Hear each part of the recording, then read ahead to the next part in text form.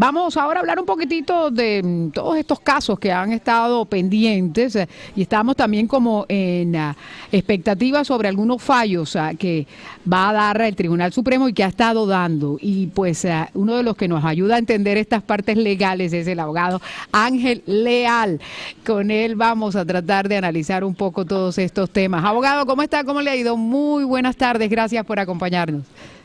Cómo no, yo encantado de saludarle. Muy buenas tardes.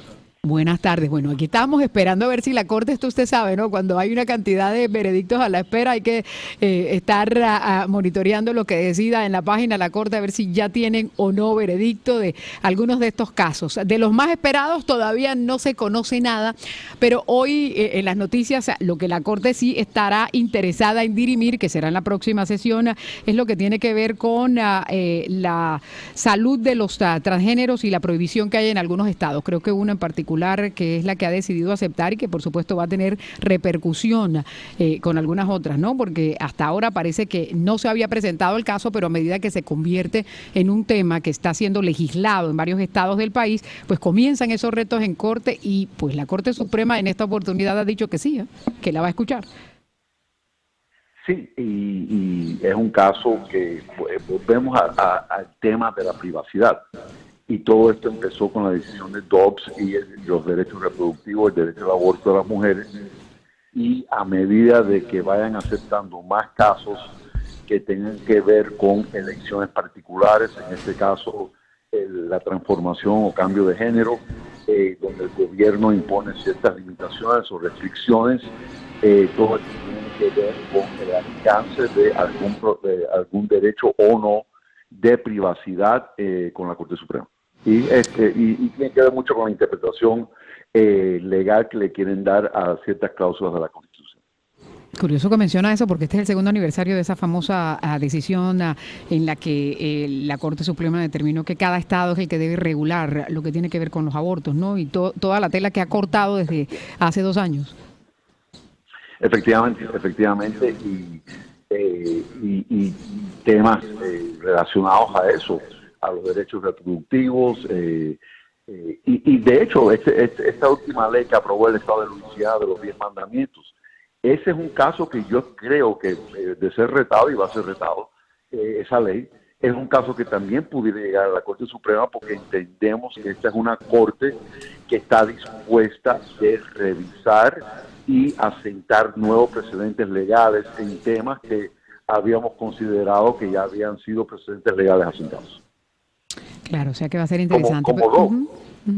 Claro, que se decía que era que cada vez que había una audiencia de algún juez decía "This is settled law", eso va a quedar así, pero resulta que se van produciendo los cambios hasta que están ocurriendo.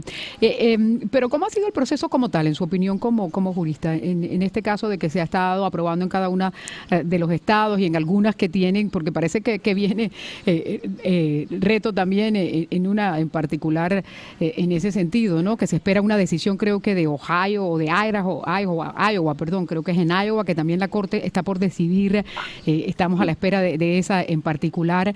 Aquí en el estado de la Florida, por ejemplo, se había legislado en un sentido, se puso un poco más estricta y ahora vamos a tener una consulta para una enmienda constitucional. Esto es como que la jurisprudencia en acción, abogado.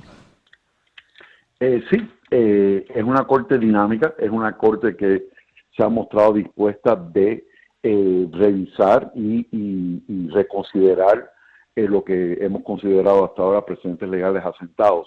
Ese caso de Iowa es interesante porque tiene que ver con cuidados de emergencia que el gobierno federal permite con el tema reproductivo que el estado de Iowa no está permitiendo. Hay un conflicto entre esa ley estatal y lo que la Comisión Federal o la Agencia Federal permite desde el punto de vista de atención o cuidado médico de emergencia. Entonces, ese caso también pudiera tener un impacto sobre derechos reproductivos y sobre todo atención de emergencia, de que es de lo que se trata ese caso en particular.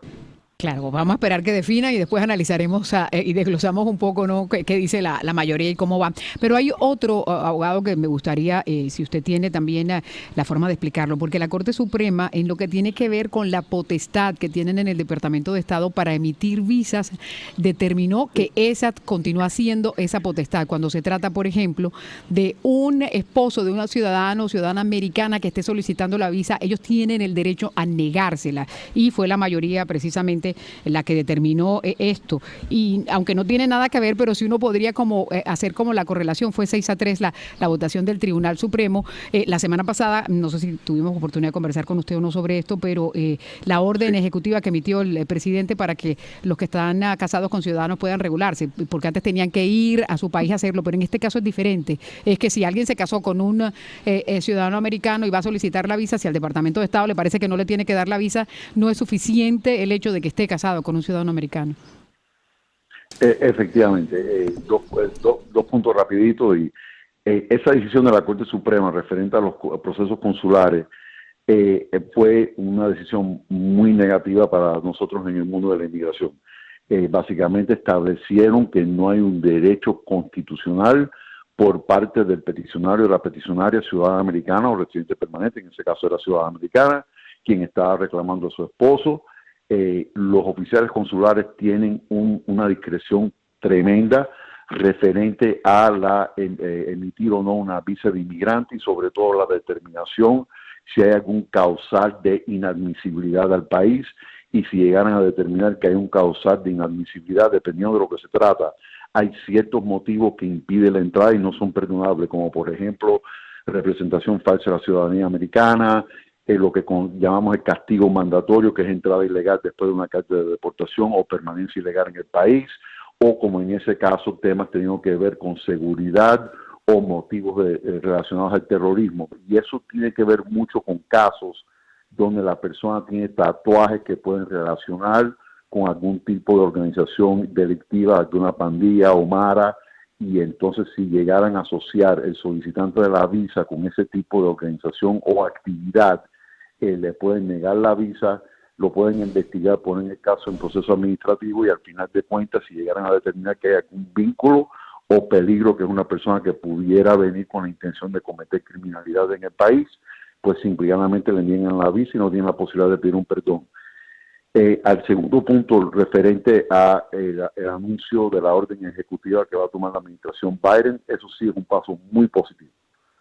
Para aquellas personas que tengan 10 años en el país hasta el 17 de junio del 2024, que estén casados con ciudadanos o ciudadana americana a más tardar para esa fecha, es decir, 10 años de permanencia física, no 10 años de matrimonio, con que hayan estado casados legalmente hasta el 17 de junio del 24 es suficiente. Y básicamente la idea es darle un parole in situ, un parole in place, que es como una estadía temporal autorizada por inmigración. Esa estadía temporal autorizada por inmigración, el parole, que se la van a dar por 3 años, de dar a la persona derecho a pedir un permiso de trabajo, pero aún más importante, que ya con esa estadía autorizada por inmigración, la persona es ajustable a la residencia, porque lo que carecía, que era la entrada legal o la estadía legal, ya la tiene a través de este programa, lo cual implica que no tiene que ir a una entrevista consular, que no se tiene que arriesgar que determinen que la persona es inelegible para volver a entrar al país, y es una forma más fácil y más segura, diría yo, de poder obtener esa residencia. Claro, que se beneficiaría aproximadamente como 500,000 de casos, ¿no? En ese sentido.